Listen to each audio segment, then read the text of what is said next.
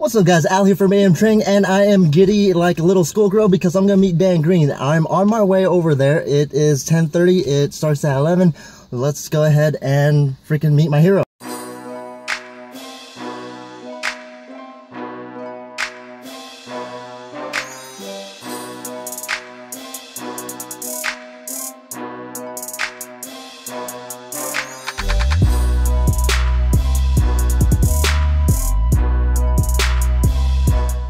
Alright, so it's a couple days later after the seminar with Dan Green at California Elite Training Center, but I wanted to do a voiceover, and the gym was awesome. As you can see in the B-roll, there's a lot of, it's pretty huge, and there's so much equipment ranging from West Side all the way to CrossFit, so I definitely want to train there. And the cool thing about this gym is that in October, I will be training there because it has like a free, the whole month is free, so I'm gonna go ahead, and it's a little bit of a drive for me. It might maybe 30 minutes, 40 minutes, maybe with traffic, depending on what time I go, but it's definitely gonna be worth it. And it was such an honor meeting Dan Green. It's funny because I had this whole idea that I'm gonna be really cool. I'm like, he's gonna be like my best friend, but once I saw him, it was funny because I saw him at the parking lot. I started to freak out. It was like, this is my celebrity. So when I saw him pull up in his car, I was like, should I go introduce myself? Should I be like, Dan Green, you don't know me, but I love you. But I didn't know what to do, so I kind of just played it cool. I didn't want to like bombard him in the first time, first thing when he got there, because we both arrived at the same time. I know we're pretty much like on the same point. We're on the same brain wavelength, but we arrived there at the same time. I went ahead and checked in, and I just wanted him to settle down because I didn't want to be that guy, you know. But the seminar was really cool. Couple of key points that for the seminar we couldn't record, of course. That would be pretty rude to record, and because then you could just post this seminar, and of course it was not allowed. But key points, nothing that you guys wouldn't know from searching on YouTube. He's a big fan of front squats. He really kind of tapers off his front squats first. He periodizes his front squats because he actually trains them on a separate day. I actually didn't know that. And so he trains them on a separate day, and then once they're peaked, then he goes into, depending if he's going to compete, he wraps up and everything like that. So pretty cool. Another couple of takeaways, like he would say that he would train both sides of the spectrum, as in very specific and also non-specific, because that he says that there's a good carryover, which is kind of surprising because you're at an elite level, and I know a lot of who's that, I can't think of the Russian, Andrei Malanichev. He is very specific, where he just squats, benches, and deadlifts, and he's a world record holder. And so Dan Green definitely varies his training there. But basically, the seminar started to turn into a Q&A, which is pretty cool because a lot of the members there, they're really smart and they really had some great questions. And so I pretty much just after the seminar, we kind of went around the gym, kind of toured out a little and see what different things there. So this is a problem with recording outside in a gym parking lot, is that there's so much noise. I don't know if you hear that big old airplane right above, but let's just ignore it because I am on a roll.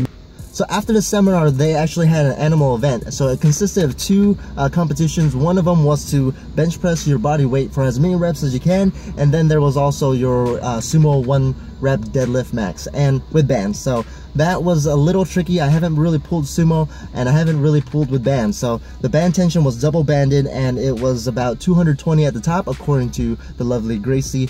She actually pulled as well, as you can see in the background. She is an animal. One of my favorite posts that she had was like a busted eye, busted like bleeding eyeball, which is pretty cool. I mean, I don't want to get to that point, but if it happens, I would be like, all right, I lived a good life, you know. So what was I talking about? So yeah, one of the events was the sumo deadlift, and the sumo deadlift, that was pretty difficult for me. And the reason why they had sumo, according to Gracie, was that it was in honor of Dan Green, which, of course, he has one of the most sexiest sumos out there, and sexy sumo, yeah.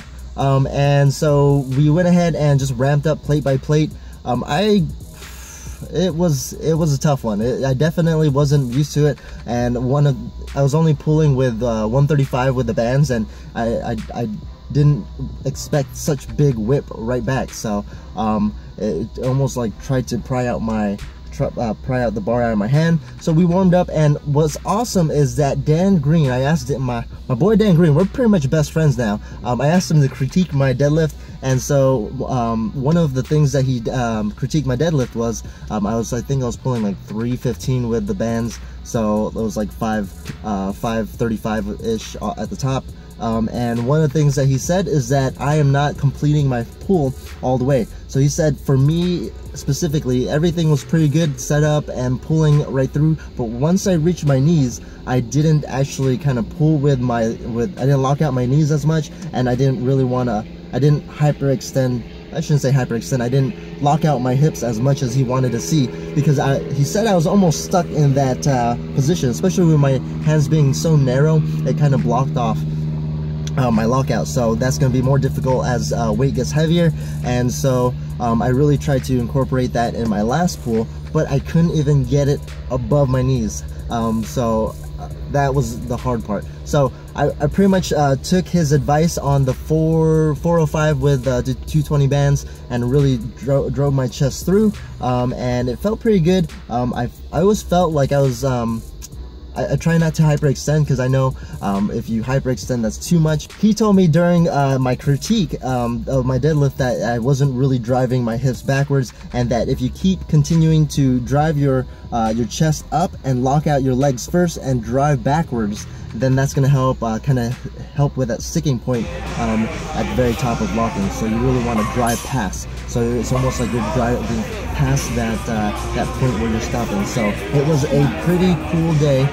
So I did not win the sumo pool, which it kind of upsets me because I hate losing. I was like maybe second or third place, I guess. But if you know, second place is like what, first place loser. But this guy pulled it. It was an awesome grind. He definitely didn't hitch. He just pretty much pulled it. I think his name was Wandy. So if you're watching this, Wandy, shout out to you. You did a great job, and he definitely killed it. So he got the prize of protein, the shirt, a hat, some other animal products, which is pretty damn good, because I was a little jealous because I really wanted to get that free protein. If you guys know me, if you guys have been perverts of the channel for a while, I'm pretty much a cheapo. I'm really cheap because I can't afford it.